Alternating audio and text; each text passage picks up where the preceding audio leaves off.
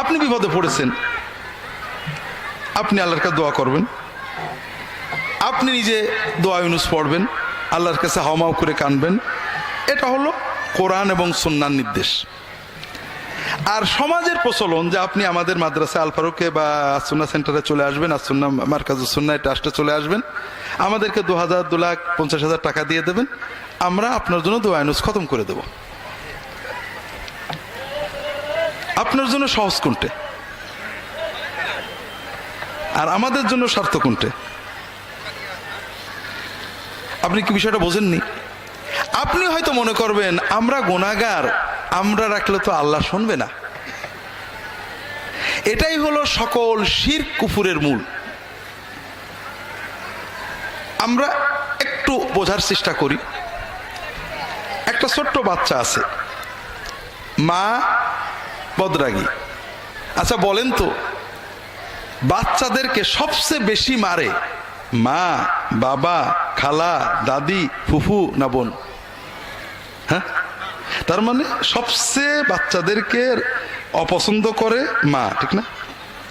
হ্যাঁ হ্যাঁ, নানি মারে না, দাদি মারে না, বোনেরা মারলেও দু একটা গাল দেয়, বাপ মাঝে সাঝে, আর মা সব সময়।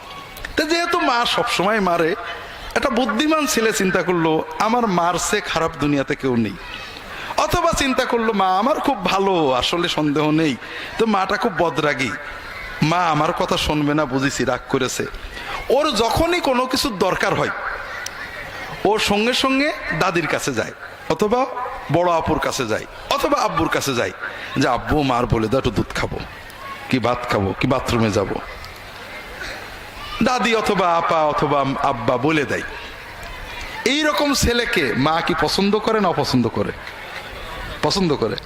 হ্যাঁ, যে ছেলে নিজের মনের কষ্ট, ব্যথা, বেদনা মায়ের কাছে না বলে অন্যের কাছে যে বলে, তার মাধ্যমে মাকে বলে, মা কি ওই সন্তানকে ভালোবাসে না বিরক্ত হয়?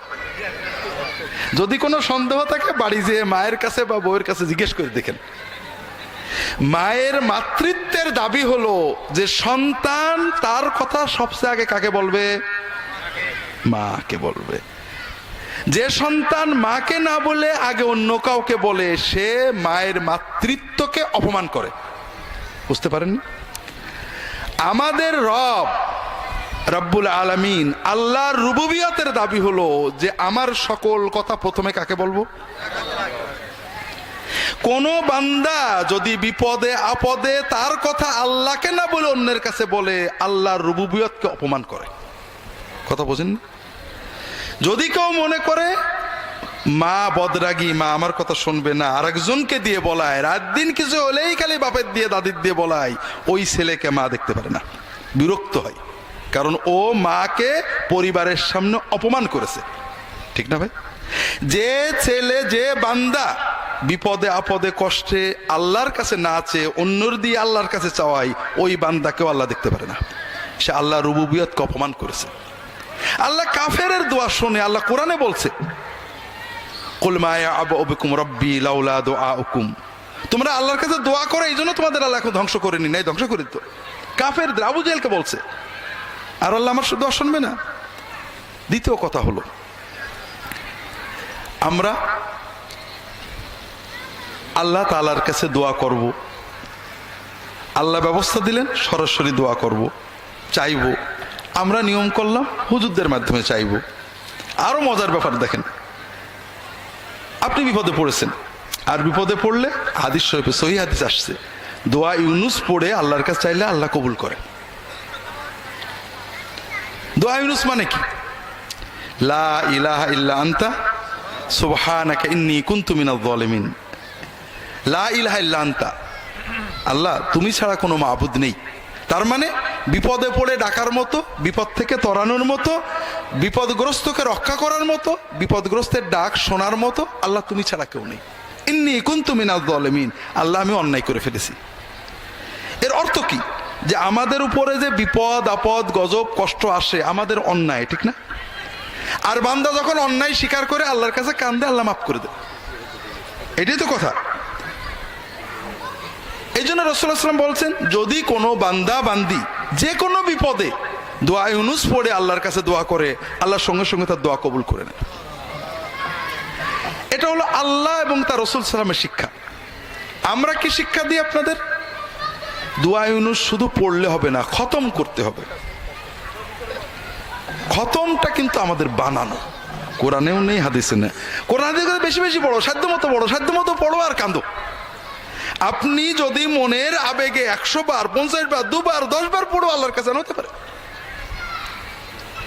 আর খতম মানে 1 লক্ষ, 1.25 লক্ষ।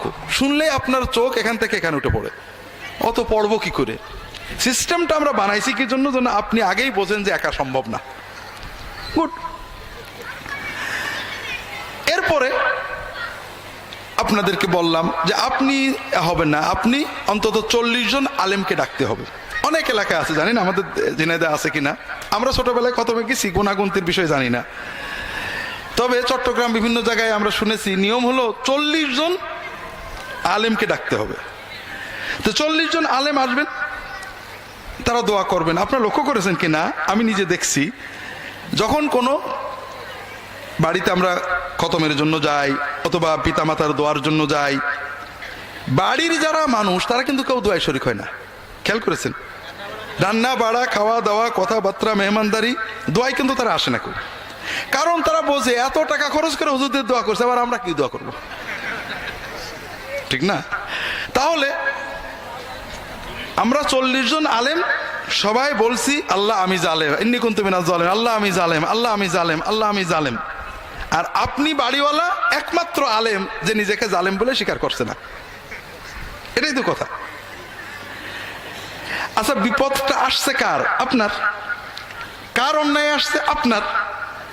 আর আমরা 40 জন হুজুর বললাম আমি জালেম, আমি জালেম, আপনি একবারও স্বীকার করলেন না। তো এই বিপদ কোনদিন যাই। কিন্তু আলহামদুলিল্লাহ আমাদের খাওয়াও হবে, টাকাও হবে, আপনার কিছু হোক আর না হোক। তো এই জন্য এটা আমাদের সিস্টেমটা আপনার উপযোগী না। আর আল্লাহ এবং তার রাসূল সাল্লাল্লাহু আলাইহি ওয়াসাল্লাম যেটা দিয়েছেন সেটা আপনার উপযোগী। এতে আপনার আরেকটা লাভ আছে। এটা আমার যে অনেকগুলো ঘটনা আছে আমার জীবনের। একটা ঘটনা আমি বারবারই বলি, যারা অনলাইনে আমার লেকচার শোনেন তারা অনেকে রিপিটেডলি শোনেন, কিন্তু সবাই তো আর অনলাইন শোনেন না। এজন্য বলি আপনাদের অনুভবের জন্য, যে আমরা অনেক সময় আল্লাহ তাআলার কাছে দোয়া করার মজাটা বুঝি না। আমি যখন ইসলামিক টিভিতে কাজ করি, আমি কোন কোন বারে লাইভ করতাম সবাই জানে। আর লাইভ স্টুডিওতে ঢোকার অন্তত 1 ঘন্টা আগে পৌঁছে দিতে হয় টিভিতে। তো সম্ভবত একদিন মঙ্গলবারে স্টুডিওতে যাওয়ার আগে বসে আছি রেডি হয়ে, হঠাৎ 2 জন আসছেন, যতটুকু মনে আছে, যে স্যার আমাদের বাড়ি ঢাকাতে বিজয়নগরে, একটা বিপদে পড়ে আসলাম, আমার কিছু জমি আছে বিজয়নগরে, জমির দলিলগুলো একজন ডেভেলপারকে দিছিলাম, কয়েক কোটি টাকার সম্পত্তি, সেখানে হাই রাইজ বিল্ডিং করার জন্য। এখন ডেভেলপার জমির দলিল ফেরতও দিচ্ছে না, এগ্রিমেন্টও করছে না, টাকাও দিচ্ছে না। আর এরা তো বড় বড় কোম্পানি অনেক সন্ত্রাসী পোষে, আমার পক্ষে দলিল বের করার ক্ষমতা নেই। আমি খুব দুশ্চিন্তায় আছি, খুবই মনোকষ্টে, টেনশনে আছি। অনেকেই বলছে অমকের কাছে যাও, জেন দিয়ে বের করে দেবে, অমকের কাছে যাও, তদবিরে হয়ে যাবে। তবে আপনারা ইসলামিক টিভিতে বলেন যে তদবির বা জেন দিয়ে এগুলো করলে ঈমান থাকে না, তাই আপনার কাছে আসছি। আমার যদি কোনো সুন্নাত সম্মত ব্যবস্থা আপনি বলতেন, আমল তদবির, তাহলে দেখেন ভাই এই ধরনের কোনো আমল তদবির তো জানা নেই। তবে আল্লাহর কাছে চাইলে তো আল্লাহ দেন। মানুষের বিপদ থেকে রক্ষা পাওয়ার জন্য, মানুষের জুলুম থেকে বাঁচার জন্য রাসূলুল্লাহ সাল্লাল্লাহু আলাইহি ওয়াসাল্লাম কিছু দোয়া শিখিয়েছেন, সুন্নত দোয়া। তো আপনি আমার রাহে বিলায়াত বইটা দিলাম, যে আপনি এই দোয়াগুলো দাগ দিয়ে দিলাম, এই দোয়াগুলো মুখস্থ করে অর্থসহ, সবচেয়ে ভালো হয় তাহাজ্জুদে পড়বেন, নামাজে সেজদায় যে আল্লাহর কাছে যতটুকু মনের আবেগ চোখের পানিতে চাইতে থাকবেন, বারবার পড়বেন, দোয়া মাসুরাই পড়বেন, নামাজ শেষ করে আল্লাহর কাছে কেঁদে কেঁদে বলবেন, এগুলো বলতে থাকেন, হয়তো আল্লাহ দিয়ে দিতে পারে। এরপরে বিষয়টা মূলত আমি ভুলেই গেছি। মাসখানেক সম্ভবত পরে এসে ওই ভদ্রলোক আসছেন, বলে স্যার একটা সুখবর, কোনো বলা নেই কওয়া নেই, ওই লোকটা আমার বাড়ির দরজায় এসে বেল দিয়ে আমার ওই দলিলগুলো দিয়ে চলে গেল।